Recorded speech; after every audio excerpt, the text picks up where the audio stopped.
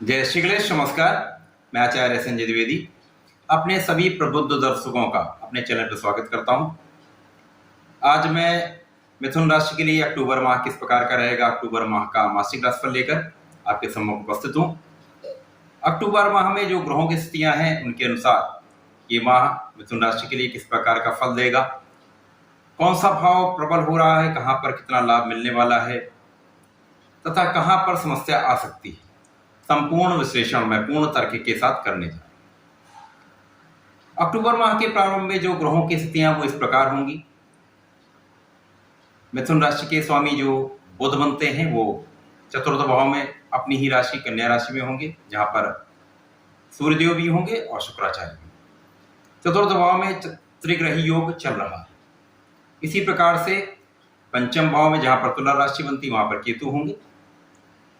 षष्ठम भाव वृश्चिक राशि में माह के प्रारंभिक समय में चंद्रमा का गोचर होगा तथा अष्टम भाव में शनिदेव होंगे, जो कि वक्री अवस्था में होंगे, परंतु इस माह में ही शनिदेव मार्गी भी होंगे। दसम भाव में स्वग्रही मीन राशि में गुरुदेव बृहस्पति का गोचर चल रहा होगा तथा यहां पर द्वादश भाव में वृषभ राशि में मंगल होंगे। ये संपूर्ण ग्रहों की स्थितियां हैं। इसके पश्चात ग्रहों का परिवर्तन होगा, जिसमें 15 अक्टूबर को मंगल अपनी राशि का परिवर्तन करेंगे तथा द्वादश भाव से निकलकर मिथुन राशि के लिए लग्न में प्रवेश करेंगे, मिथुन राशि में प्रवेश करेंगे। 17 अक्टूबर को सूर्यदेव अपनी राशि का परिवर्तन करके चतुर्थ भाव से निकलकर पंचम भाव में अपनी नीच राशि में तुला राशि में प्रवेश करेंगे, जहां पर पहले से ही केतु का गोचर चल रहा है। 18 अक्टूबर को शुक्राचार्य का राशि परिवर्तन हो जाएगा। शुक्राचार्य चतुर्थ भाव से निकलकर पंचम भाव में स्वराशि में तुला राशि में प्रवेश करेंगे। तो यहाँ पर फिर पंचम भाव में त्रिग्रही योग बनेगा, यहाँ पर सूर्य भी होंगे, शुक्राचार्य होंगे तथा यहाँ पर केतु का गोचर चल। ये समस्त परिवर्तन तथा ग्रहों की स्थितियां हैं। इन समस्त स्थितियों को देखते हुए, लग्नेश की स्थिति को देखते हुए, प्रमुख ग्रहों का परिवर्तन तथा प्रमुख ग्रहों की स्थितियों को देखते हुए, आकलन करते हुए, समस्त चीजों का समन्वित प्रभाव लेते हुए ये मासिक राशिफल मैं आपके सामने प्रस्तुत कर रहा हूं। जैसा कि स्थितियां हैं इसके अनुसार, जैसा कि शास्त्रों में वर्णित है कि यदि लग्न बलवान है तो गोचर में या राशियों का परिवर्तन उसके अनुसार ही अपना फल देता है। इसी प्रकार से जो आपके कुंडली में आपकी दशा चल रही है उस पर भी बहुत कुछ निर्भर है। यदि आपकी कुंडली में आपकी दशा आपके अनुसार अच्छी चल रही है, फेवरेबल कंडीशन है, अनुकूल दशाएं चल रही हैं, तो ये फल बहुत ही अनुकूल प्रभाव देंगे, बहुत ही लाभान्वित करने वाला परिणाम देंगे। इसी प्रकार से यदि लग्न बहुत बलवान है तो भी गोचर का परिवर्तन राशियों का फल अनुकूल या प्रतिकूल करता है। मिथुन राशि के लिए जो स्वामी है बुध है, बुध ही कन्या के भी स्वामी। तो बुध का जो गोचर है वो चतुर्थ भाव में केंद्र में है, बहुत ही प्रभावी है, साथ ही साथ अपनी उच्च राशि में कन्या राशि में। तो लग्नेश बहुत बलवान स्थिति में है, जिसके कारण ये पूरे माह में ही बुध चतुर्थ भाव में ही रहेंगे, तो बहुत बलवान स्थिति। चतुर्थ भाव चूंकि ये सुख संपदा का है, ऐश्वर्य का है, वैभव का है, भूमि भवन वाहन का है, माता का है, तो बहुत प्रभावी ये समय रहने वाला है। लग्नेश का बलवान होना आपके लग्न को बल देता है, आपका स्वास्थ्य अच्छा रहने वाला है, आपकी मन स्थिति बहुत अच्छी रहेगी, आपकी बुद्धि का भाव बहुत प्रबल रहेगा, आप बहुत प्रभावी रहेंगे, आपकी वाणी का भाव बहुत प्रबल रहने वाला है, प्रभावशाली रहने वाला है, आपका प्रभाव बढ़ने वाला है। क्योंकि यहाँ पर प्रारंभिक समय में जो लग्नेश के साथ सूर्य हैं, सूर्य यश देने वाले हैं, सम्मान दिलाने वाले। साथ ही साथ यहाँ पर गुरुदेव बृहस्पति की दृष्टि का प्रभाव, जो स्वग्रही है, हंस नामक राजयोग बनाकर बैठे हैं, बुध चतुर्थ भाव में भद्र नामक राजयोग बनाकर बैठे हैं, उच्च राशि में है, तो इसका ये प्रभाव होगा कि यहाँ पर कई प्रबल राजयोग का निर्माण हो रहा है। यहाँ पर भद्र योग का निर्माण हो रहा है, यहाँ पर सूर्य के साथ बुधादित्य योग का निर्माण हो रहा है, बुध तथा शुक्र का महाधनवान योग का निर्माण हो रहा है।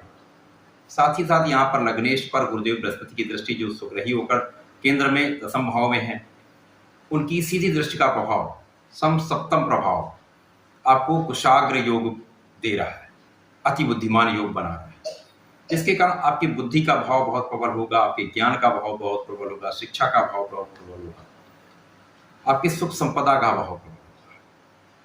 इस माह में गुरुदेव भी कहीं परिवर्तन नहीं करने वाले हैं, ना ही बुध का कहीं परिवर्तन, सीधी दृष्टि का प्रभाव है। तो आप बहुत बुद्धिमान रहने वाले हैं, बुद्धि कुशाग्र रहने वाली है, बुद्धि का प्रयोग करके आप बहुत बड़ा लाभ का अर्जन करने वाले हैं।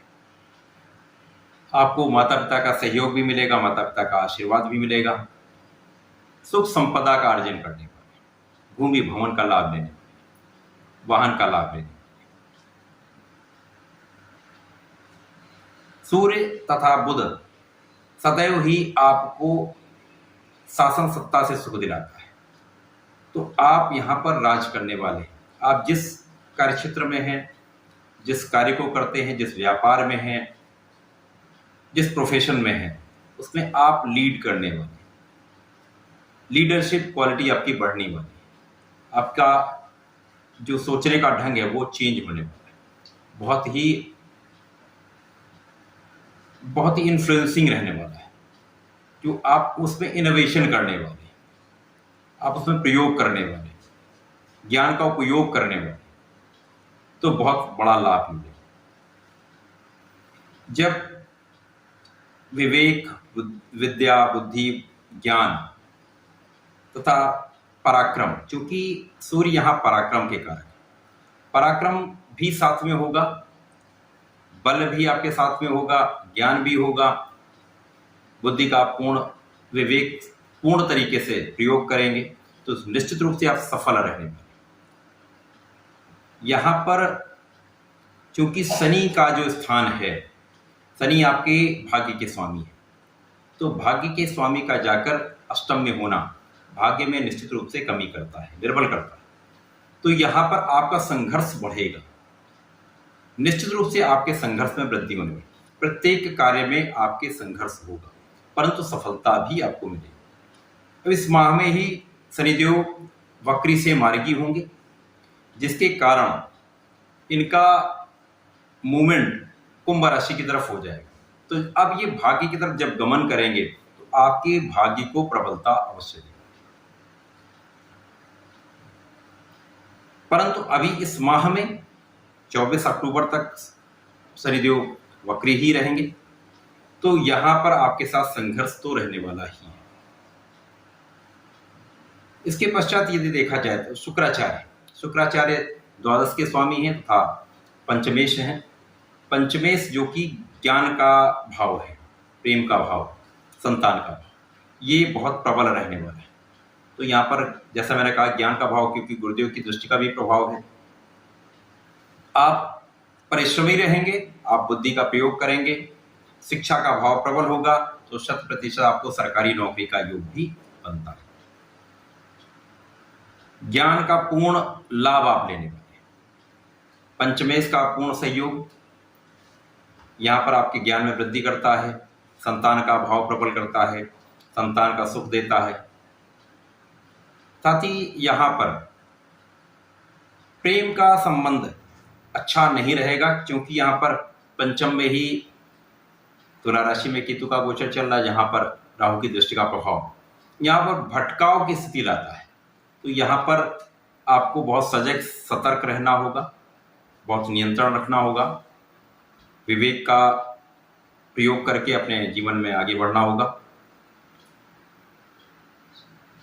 जो मंगल की स्थिति है, जब मंगल का राशि परिवर्तन होगा, मंगल जो कि लाभ भाव के स्वामी है तथा यहाँ पर षष्टम के स्वामी है, इनका द्वादश में जो गोचर चल रहा है, ये 15 अक्टूबर तक आपको विदेश से लाभ कराएंगे, क्योंकि आपका ज्ञान का भाव प्रबल है। जो लोग विदेश जाकर ज्ञान लेना चाहते हैं, विद्या ग्रहण करना चाहते हैं, एजुकेशन लेना चाहते हैं, उनके लिए अच्छा समय, अथवा अपने ज्ञान के साथ आप विदेशों से भी बहुत बड़ा लाभ ले सकते हैं।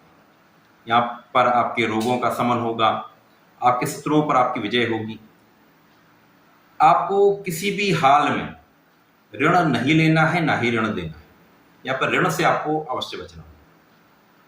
मंगल का राशि परिवर्तन लग्न में हो जाएगा, तो लग्न में जब मंगल आएंगे, चूंकि लाभ के स्वामी हैं, तो लाभ के स्वामी का लग्न में आना, लग्न के साथ चतुर्थ दशम का संबंध बनना, ये आपके लाभ को निश्चित रूप से बढ़ाने वाला है।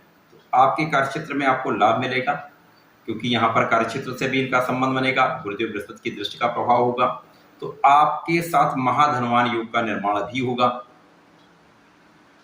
सौर्य योग का निर्माण होगा। आपके परिश्रम में वृद्धि हो जाएगी, आपके ज्ञान में वृद्धि हो जाएगी, आपके संघर्ष करने की क्षमता में वृद्धि हो जाएगी।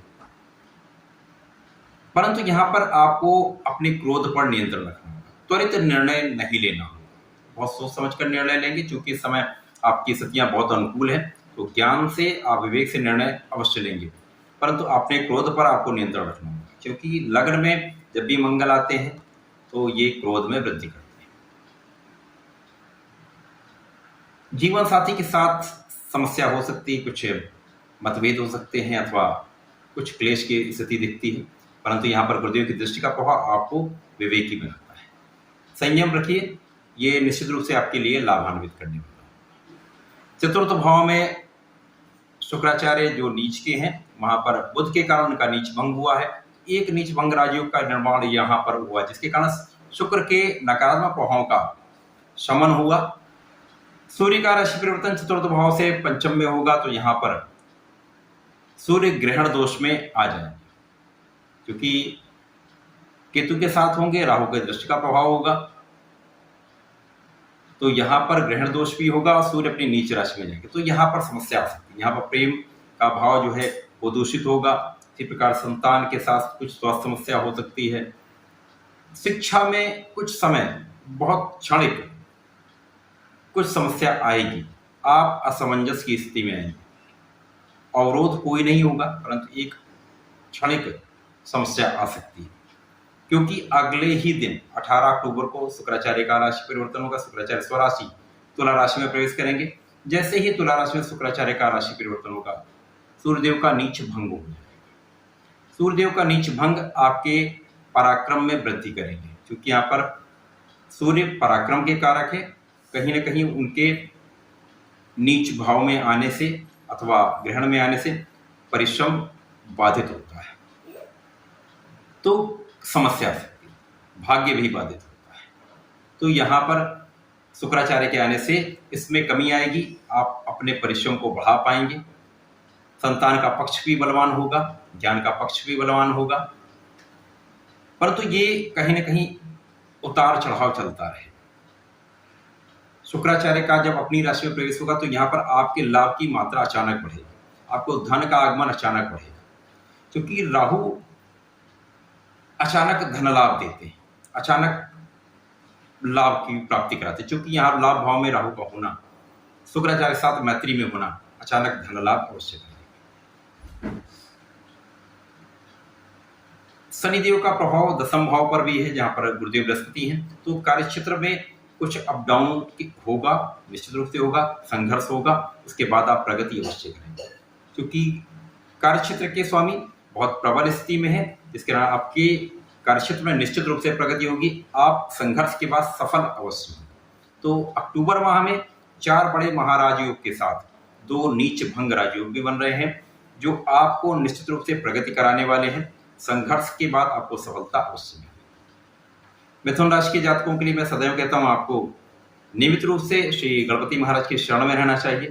गणपति महाराज के ओम गंग गणपति नमः का जाप नियमित रूप से करना चाहिए।